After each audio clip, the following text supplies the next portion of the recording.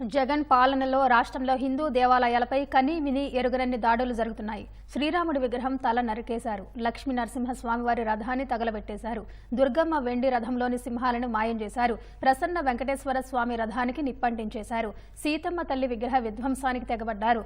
గోవిందరాజుల స్వామివారి ఆలయంలో దోపిడీకి యత్నించారు. పదుల సంఖ్యలో ఆలయాల్ని తవ్వేశారు. వందల సంఖ్యలో దేవతా ప్రతిమలను ధ్వంసం చేసేశారు. హుండీలు కొల్లగొట్టారు. ఆభరణాలు దోచుకెళ్లారు. తాజాగా అమరేశ్వర ఆలయంలో హుండీ పగలగొట్టి నగదు దోచుకెళ్లారు.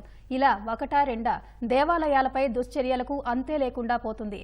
కానీ జగన్ ప్రభుత్వం మాత్రం ఎలాంటి చర్యలు తీసుకోకుండా చూసి చూడనట్లు వదిలేస్తోంది.